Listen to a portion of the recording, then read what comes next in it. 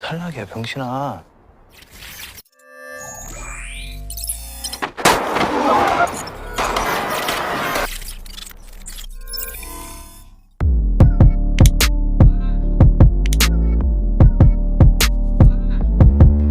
없다. 두 발로 자유롭게 다닐 수 있는.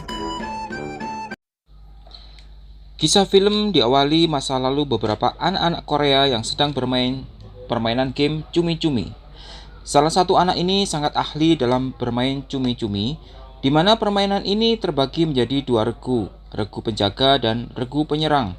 Dan film Squid Game ini pun dimulai. Di awali film ada seorang laki-laki bernama Gi-hun, seorang yang hidupnya biasa-biasa saja, dan dia juga barusan dipecat dari pekerjaannya. Dia hidup berdua bersama ibunya yang sudah tua. Gi-hun ini sangat merepotkan ibunya. Gi-hun ini sudah bercerai dari istrinya dan dia mempunyai seorang putri yang masih kecil yang sekarang sudah ikut tinggal bersama dengan ibu dan bapak barunya. Saat anak Gi-hun akan merayakan ulang tahunnya, sang nenek atau ibu dari Gi-hun ini memberikan sedikit uang kepada Gi-hun agar ia bisa membelikan kado ulang tahun kepada cucunya tersebut. Karena uang yang diberikan sedikit, Gi-hun pun memaksa meminta uang lebih kepada ibunya dan sambil marah-marah.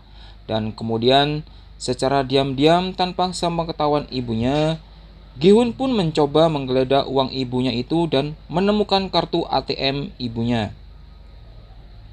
Kemudian Gi-hun pun pergi ke ATM bersama salah seorang temannya dan mengambil semua uang yang ada di ATM ibunya. Kurang ajar ya. Gi-hun pun berusaha berkali-kali memasukkan kode ATM dan akhirnya berhasil mengambil semua uang ATM ibunya tersebut. Duh, kok gitu ya, anaknya kurang ajar ini. Dari hasil uang yang diambil dari ATM tersebut, Gi-hun bersama temannya pergi ke tempat taruhan balapan kuda. Singkatnya, beberapa kali Gi-hun kalah taruhan. Akhirnya Gi-hun bisa memenangkan taruhan pacuan kuda tersebut dan mendapatkan uang yang cukup banyak sekali. Saking senangnya Gi-hun pun memberikan tips kepada Mbak Kasir yang sedang bertugas di sana dengan uang senilai 10.000 won. Dan Gi-hun pun segera menelepon putrinya dengan memberitahukan bahwa Gi-hun akan membelikan kado spesial yang mewah di hari ulang tahun putrinya nanti. Tak lama kemudian, Gi-hun pun tiba-tiba kaget karena didatangi dan dikejar-kejar oleh beberapa orang yang ternyata rentenir yang menagih utang-utang dari Gi-hun. Karena Gi-hun kebingungan, ia pun lari dengan kencang dan tak sengaja menabrak seorang mbak-mbak cantik dan kemudian mereka terjatuh. Dan Gi-hun pun tertangkap oleh para rentenir itu. Gi-hun pun dipukuli dan diminta semua utang-utangnya tersebut segera dibayar. Karena Gi-hun merasa dapat uang banyak dari hasil taruhan pacuan kuda tadi, Gi-hun ingin memberikan uang tersebut senilai 4 juta won. Tapi setelah dicari ke kantong jaketnya, ternyata uang Gi-hun yang itu lenyap dan terjatuh saat menabrak mbak-mbak tadi. Akhirnya Gi-hun pun dipukuli lagi oleh rentenir sampai babak belur. Dan Gi-hun pun harus menandatangani surat kesanggupan untuk membayar utang dengan jaminan ginjal Gi-hun. Parahnya nih, Gi-hun harus menandatangani surat tersebut dengan cap jempol dari darah yang mengalir dari hidungnya Gi-hun. Tak lama kemudian, tanpa rasa malu, setelah rentenir itu pergi, Gi-hun pun kembali menemui mbak-mbak kasir tadi dan meminta uang yang diberikan 10.000 won tadi. Nah, ya udah dikasih kok diminta lagi. Wah, Gi-hun. Dengan uang 10.000 won tadi, ia pergi bermain mesin capit dengan harapan bisa mendapatkan hadiah yang nanti bisa diberikan kepada putrinya ulang tahun nanti. Namun beberapa kali bermain ia terus gagal dan di akhir percobaan Gi-hun dibantu seorang anak pro player capit lah ya disebutnya. Akhirnya Gihun berhasil mendapatkan hadiah dari mesin capit itu. Dan kemudian ia bungkus hadiah tersebut dan diberikan kepada sang putri. Saat ketemu sang putri, putrinya tidak merasa senang dengan kado yang diberikan Gihun. Dan Gihun pun bersedih dan ia berjanji tahun depan akan memberikan kado spesial kepada putrinya itu. Saat Gihun mau pulang ke rumah, nasib Gihun ketinggalan kereta. Kasihan banget orang ini ya nasibnya. Dan Gihun pun duduk sambil merenungi nasib dan ketidakberuntungannya tersebut.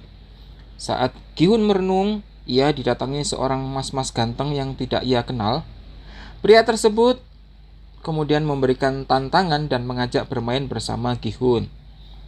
Permainan tersebut bernama Dakji, di mana peserta harus berhasil membalikkan kertas lawan dengan membanting lipatan kertas ke lantai. Gihun dan orang pria misterius tersebut sepakat. Jika Gihun berhasil menang, pria misterius tersebut akan memberikan hadiah berupa uang 100.000 won secara tunai. Namun jika Gihun kalah, ia harus mendapatkan tamparan dari pria tersebut. Dan beberapa kali bermain, Gihun pun kalah berkali-kali, sehingga Gihun pun mendapatkan berkali-kali berpuluh-puluh tamparan. Sampai pipinya merah ya guys, aduh kasihan. Dan di akhir usahanya, Gihun pun akhirnya berhasil memenangkan game tersebut.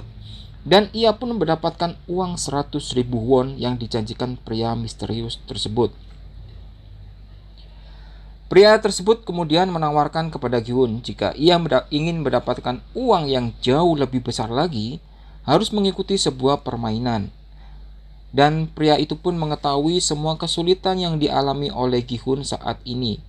Dan Gihun pun sangat terkejut kenapa pria tersebut mengetahui semua kesulitan keuangannya dari Gihun. Dan kemudian pria tersebut meninggalkan Gihun dengan meninggalkan nomor telepon.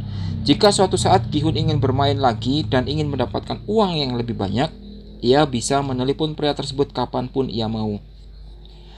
Dan Gihun pun kembali ke rumah ketemu ibunya. Singkat cerita, karena kehidupan Gihun yang semakin hari semakin susah, akhirnya ia terpaksa dan memutuskan untuk mencoba menelepon pria misterius tadi saat di stasiun beberapa waktu lalu. Kemudian Gihun menerima tantangan permainan yang pria tersebut tawarkan. Dan Gihun pun membuat janji di sebuah tempat dan dijemput dengan menggunakan sebuah mobil. Dan setelah Gihun masuk, di dalam mobil tersebut sudah banyak peserta lain yang sudah tertidur. Dan kemudian ia pun ikut pingsan tertidur karena di mobil tersebut diberi asap tidur. Keesokan harinya, pagi pun tiba dan Gihun pun terbangun dan ia sudah berada di sebuah ruangan yang sangat besar yang di situ diisi sebuah kasur-kasur yang sangat banyak sekali. Dan Gihun terbangun dengan menggunakan seragam khusus yang sudah diganti oleh seseorang dan di situ banyak peserta lain juga yang sepertinya memang seluruh peserta tersebut akan mengikuti game ini nanti. Di sisi lain, Gihun dan seluruh peserta lain telah diawasi oleh sejumlah staf yang berbaju khusus berwarna merah dan memakai topeng yang mengawasi seluruh peserta melalui CCTV. Di ruangan tersebut ada sebanyak 456 peserta yang siap mengikuti tantangan game ini. Dan Gihun pun terbangun bertemu salah seorang peserta yang sudah kakek-kakek yang mengikuti game ini. Di dalam ruangan itu, Gihun pun berkenalan dengan kakek tersebut dan menanyakan alasan kepada kakek ini. Alasan kenapa kakek ini ikut dalam permainan ini. Kakek ini menceritakan bahwa ia sedang mengidap penyakit tumor otak yang menurutnya ini usianya tidak lama lagi sehingga dia memilih ikut permainan ini. Di bagian lain telah terjadi keributan di mana ada seorang pria berbadan kekar bertato. Mimin sebut saja namanya Bang Tato gitu ya. Ia sedang ribut dengan salah satu peserta wanita. Wah, kok sama wanita ya beraninya ributnya? Setelah Gi-hun melihat itu, ternyata wanita itu yang mencopet Gi-hun saat tabrakan di rumah judi waktu lalu. Dan malah Gi-hun pun ikut ribut dengan wanita tersebut. Di tengah-tengah keributan, tiba-tiba staf berbaju merah dan bertopeng tadi datang dan menyambut kedatangan semua peserta yang sudah berkumpul. Staf bertopeng tersebut memberikan informasi tentang bagaimana aturan dari permainan yang nanti harus diselesaikan oleh peserta dalam 6 hari ke depan. Peserta yang berhasil memenangkan permainan sampai akhir tantangan akan mendapatkan hadiah uang yang sangat besar. Tapi dari beberapa peserta tidak yakin akan hadiah yang dijanjikan tersebut. Begitu juga dengan seorang bernama Sanwo. Dan untuk meyakinkan hal tersebut, staf memutar video tentang perekrutan semua peserta yang hadir, termasuk saat tantangan permainan dakji yang sudah dimainkan oleh semua peserta yang sudah mendapatkan uang 100.000 won.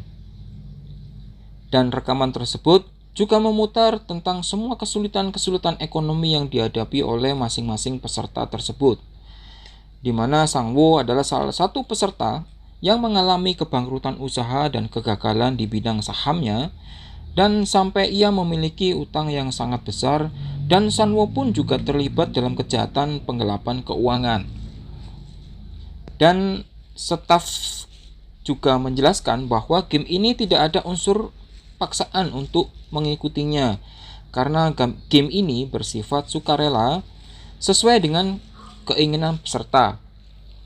Saat itu juga ada sebuah bola yang tiba-tiba turun dari atas yang nantinya menjadi tempat uang yang akan dikumpulkan sesuai dengan tantangan game yang berhasil diselesaikan oleh semua peserta. Dan jumlah atau nilai uang tersebut akan terakumulasi semakin besar saat semua game diselesaikan setiap tantangannya. Dan sebagai tanda komitmen, semua peserta wajib menandatangani sebuah perjanjian atau kesepakatan. Dan peserta pun mulai antri untuk menandatangani perjanjian tersebut. Perjanjian tersebut menyebutkan ada 3 pasal, yaitu yang pertama, pemain tidak boleh berhenti di tengah permainan. Pasal kedua, pemain yang menolak bermain akan dieliminasi. Pasal ketiga, permainan bisa dihentikan jika mayoritas pemain setuju. Pemeran utama film ini yaitu Gi-hun juga terpaksa harus ikut menandatangani perjanjian tersebut. Dan permainan pun game pertama dimulai.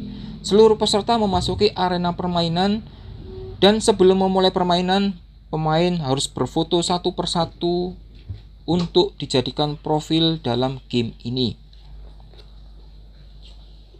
Dari ruangan terpisah, ada pria bertopeng hitam yang telah memverifikasi seluruh peserta, dan ia menekan tombol memulai game, dan gerbang dari game ini pun terbuka.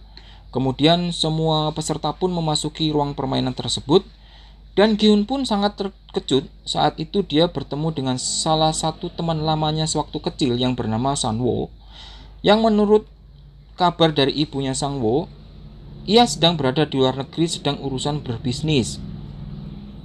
Di sisi lain, pria bertopeng hitam yang disebut frontman ini memberikan instruksi bahwa permainan bisa segera dimulai, dan frontman menikmati tontonan game dari sebuah layar TV besar. Permainan pertama pun dimulai, yaitu tantangan lampu merah dan lampu hijau.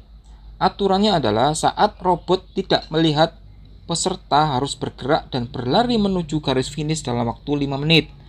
Namun jika robot itu berbalik badan ke arah peserta yang artinya lampu merah, peserta harus berhenti dan tidak boleh bergerak sedikit pun. Jika peserta bergerak, maka akan tereliminasi. Saat game dimulai, ada 2 orang yang bersaing dan taruhan untuk sampai garis finish duluan. Sesaat robot berbalik badan dan lampu merah, dia terlihat bergerak dan langsung jatuh tersungkur. Salah seorang teman pun kaget, ternyata temannya tersebut jatuh tertembak dan meninggal di tempat. Saat itu pun membuat seluruh peserta permainan ini gaduh dan berlarian menuju pintu keluar dan ingin keluar dari game ini. Namun peserta yang terus bergerak akan terus ditembakin oleh sang robot, sampai banyak sekali korban yang berjatuhan. Jumlah pemain yang berkurang sangat banyak sekali, dan akhirnya permainan pun harus dilanjutkan. Di sini terlihat seorang kakek berjalan, bergerak maju dengan santai dan segera berhenti sesaat robot berbalik arah. Di sisi lain, Gi-hun terjepit oleh salah satu mayat peserta lain yang membuat Gi-hun tidak bisa bergerak maju dan kehilangan banyak waktu. Sang-woo menyarankan Gi-hun agar berjalan di belakang pemain lain agar robot tidak bisa mendeteksi pergerakan mereka. Dan juga terlihat Bang Tato sedang dibuntuti seorang wanita yang sambil memegang kepala dari Bang Tato. Wanita tersebut bernama Sae-byok. Sae-byok mengancam jika Mas atau Bang Tato macam-macam, kepala Bang Tato akan digerakkan saat robot mendeteksi. Dan saat Gi-hun berlindung di belakang peserta lain, peserta tersebut tiba-tiba tertembak dan Gi-hun pun kembali dihambat oleh seorang peserta yang memegangi kaki Gi-hun yang sedang meminta pertolongan. Gi-hun pun tidak memperdulikan peserta tersebut dan memilih untuk terus bergerak karena waktu tinggal 1 menit. Terlihat seluruh peserta sudah banyak yang berhasil mencapai garis finish, dan di sini Gi-hun masih tertinggal. Saat robot berbalik badan, Gi-hun pun hampir jatuh tersungkur. Dan untungnya nih, dia diselamatkan oleh seorang pria baik yang menahannya. Dan kemudian mereka berlari menuju finish dengan keadaan waktu yang sangat mepet sekali dan mereka harus melompat agar berhasil mencapai finish. Karena waktu habis, peserta lain yang belum sampai di garis finish pun terlihat dieliminasi dan ditembakin di tempat. Permainan pertama pun selesai dan area permainan pertama pun ditutup.